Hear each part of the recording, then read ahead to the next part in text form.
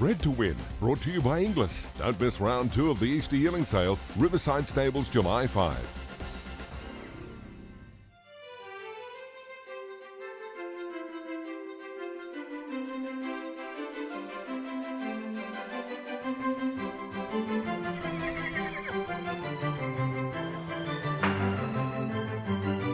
The autumn sun! He's come from last! What a superstar!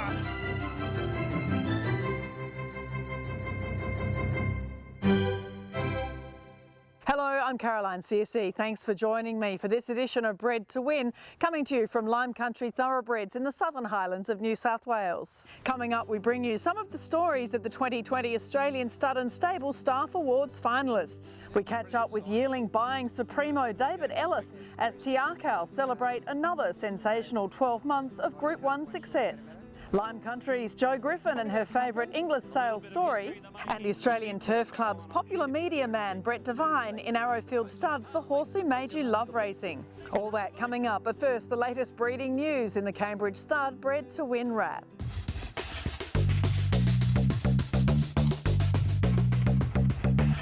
After a mare recently tested positive to the protozoan that causes equine pyroplasmosis in New Zealand, the New Zealand Ministry for Primary Industries has halted all equine exports. But New Zealand's Equine Health Association says negotiations with Australia to resume transport are progressing well. In-foal mares booked to Australian stallions, yearlings who were bought at Karaka earlier in the year and a rising 2-year-olds, and many of New Zealand's carnival racehorses could be affected by a travel ban.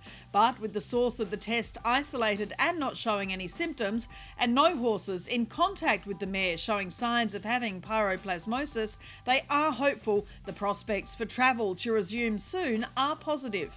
Still Sunlight with 100 metres to go. After some lacklustre runs, star sprinter Sunlight has been retired, having won 11 of 24 starts and $6.5 million. The daughter of Zoostar and Solar Charged was a Magic Millions winning 2-year-old and progressed to be a triple Group 1 winner of the Coolmore Stud Stakes, the William Reid and the Newmarket as a 3-year-old filly. Sunlight will be sold through the Magic Millions National Broodmare Sale. Breed-shaping mare Scandinavia has died at the age of 25. Returned for her final years to her breeder Rob Crabtree's Victorian farm, the daughter of Flying Spur won at Group 2 level, then produced Galaxy winner Magnus, himself sire of 4 Group 1 winners, as well as 3 more stakes-winning foals, Valander, Scandiva and Arctic Flight. Scandinavia's descendants include many top stakes winners, including this year's star 2-year-old Hanseatic, but it was her daughter Helsinge who produced her best 2, 4-time Group 1 winner and sire All Too Hard, and the unbeaten champion mare Black Caviar. Speaking of star mares, the holiday is almost over for 10-time Group 1 winner Melody Belle and her Surround Stakes winning mate Probabeel. Both were bought as yearlings by Tiakau's David Ellis, who features shortly on Bred To Win, with Probabeel in the ownership of Cambridge Studs Brendan and Joe Lindsay. Both mares have spelled at Lime Country Thoroughbreds in the Southern Highlands of New South Wales and will be trained for more feature race successes in Australia's upcoming Spring Carnival.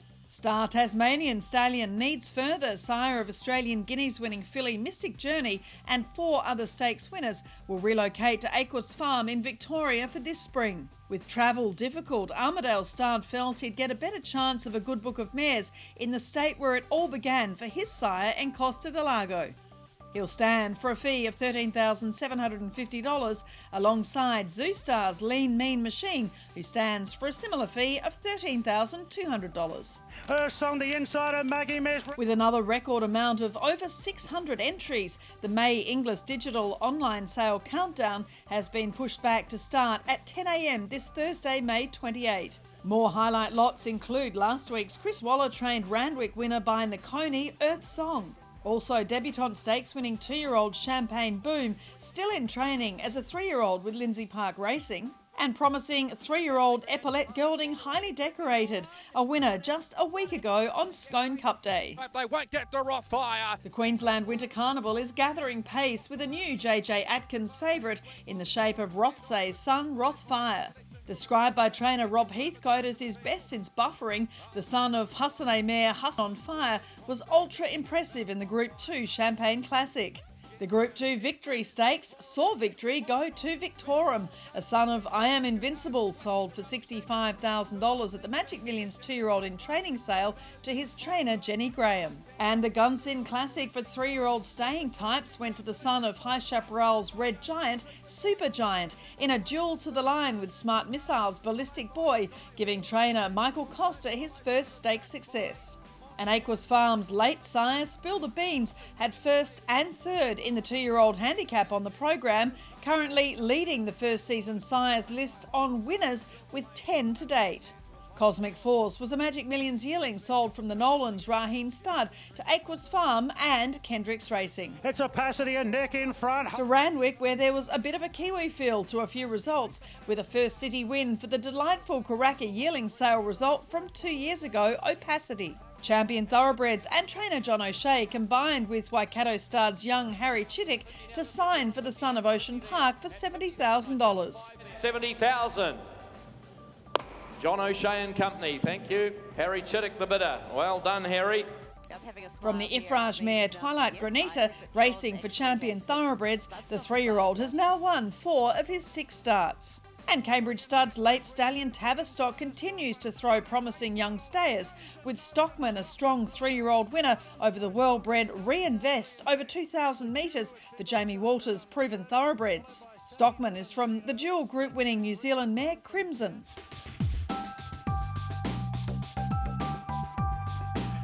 But Pelter protects his unbeaten record. That's 3 out of 3. The Oswald's performance of the week is the very smart sprinting 2-year-old by So You Think Peltzer. From the elusive quality mare Miss Otto and with second dam Sizzy M by Flying Spur, this boy is all speed with his sire's great turn of foot. He was a $260,000 Magic Millions buy for Gerald Ryan and David Raphael, while his 10-time Group 1 winning sire So You Think had his 100th winner for the season through the week. So You Think also had a stakes winner in France, as Think of Me won the listed Prix Gold River at Deauville, and he'll stand at Coolmore, Australia in 2020 for a fee of $38,500. And there are a couple of smart winners by triple champion Australian sire Snitzel to take note of, including Immortal Love at Flemington from Love You Madly, a 3-quarter brother to Deucimus and close relation to Light in My Veins and High World. And at Newcastle, there was an impressive 2-year-old winner with Regal connections. Snitzel's son, Britain, is from charged forward mare London Lolly, a homebred for the Throsby family. His granddam was the star Lion Hunter dual Group 1 winner Lovely Jubbly, of course the mother of another famous grey champion in Chautauqua. Here comes the favourite, Daring Jack. And with champion Japanese mare Almond Eye resuming in dominant fashion recently, she has an heiress apparent. Sunday's Japanese Oaks was won in equally devastating fashion by the unbeaten Daring Tact by Epiphaneia from a King Kamehameha mare. Daring Tact not only carries the usual strain of Sunday silence all Japanese champions seem to have, but she's a rare star performer with the great breed shaper on both sides of her pedigree. Kohei Matsuyama just went whoosh. Having announced the finalists for the 2020 Australian Stud and Stable Staff Awards last week on Bred To Win, it's great to now be able to show you some of the stories behind these great individuals. We start fittingly with the Dedication to Breeding Award, including finalists from Coolmore, Martin Bruechert, and Godolphin Woodlands, Chris Cooper. At the moment, I'm looking after about just under 300 brood mares, along with a couple of other people. That involves just feeding, maintaining veterinary records, farrier schedules, vaccination schedules, just maintaining the health of the herd. Moving into the stud season, I look after them while they go into the foaling units, and the dry mares will go under lights. As the mares come back out from under the lights, I'll look after them again then. In the new year, I move on to weaning the young foals and educating them off their mothers. I like to be I'm a physical person, and I like the outdoors, and I love working with the horses, especially the young ones. I usually like to fly below the radar a bit, but I was just, the fact that someone thought to nominate me, I was pretty chuffed, yeah. In 2008, when Sheikh Mohammed bought the whole Ingham's Empire, they inherited me basically. So yeah, I've been at Godolphin since 1994 actually, and So that's how I come to work for Godolphin. First of all, in the morning we go and do a checking / feed run of all the mares to make sure that no mares have sort of hurt themselves during the night, and just to sort of check their general health and well-being. And then during the day we sort of we deal with any problems that might have arisen from checking the mares. And I deal a lot with contractors like vets and particularly farriers. We sort of organise to get their feet trimmed, every 4 to 5 weeks, and I sort of in charge of all the mares' shoeings that have got fit issues and stuff like that. So, and then in the afternoon we make sure that paddocks that we haven't seen during the day we check again to make sure there's no instances and everything's fine and dandy before we go home, basically.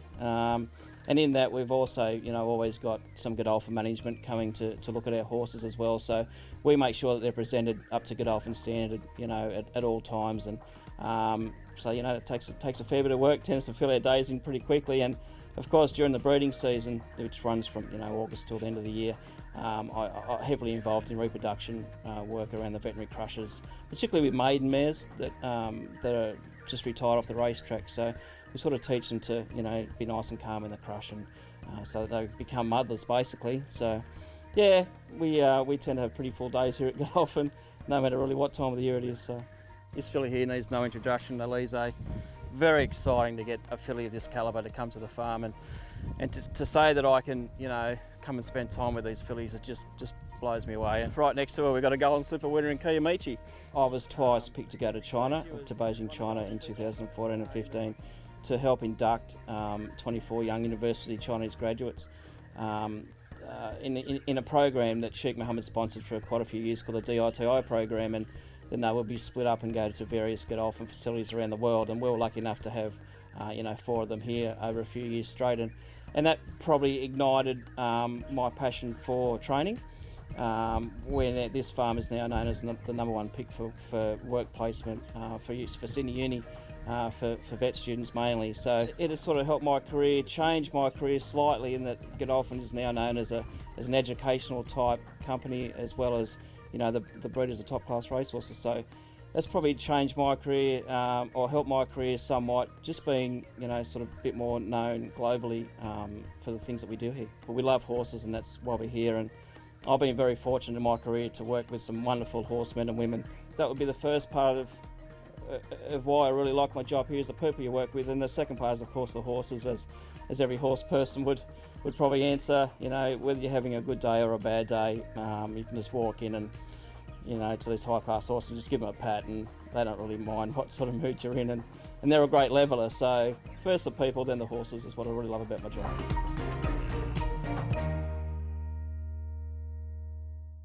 And more Stud and Stable Staff Awards finalists coming up on next week's show. Stay with us on Bred to Win. Coming up after the break, they brought their great expertise to Australia and have some wonderful clients. Lime Country Thoroughbreds Jo Griffin and her favourite English sales story. And the always dynamic David Ellis after another great year for the Tiakau Tangerine.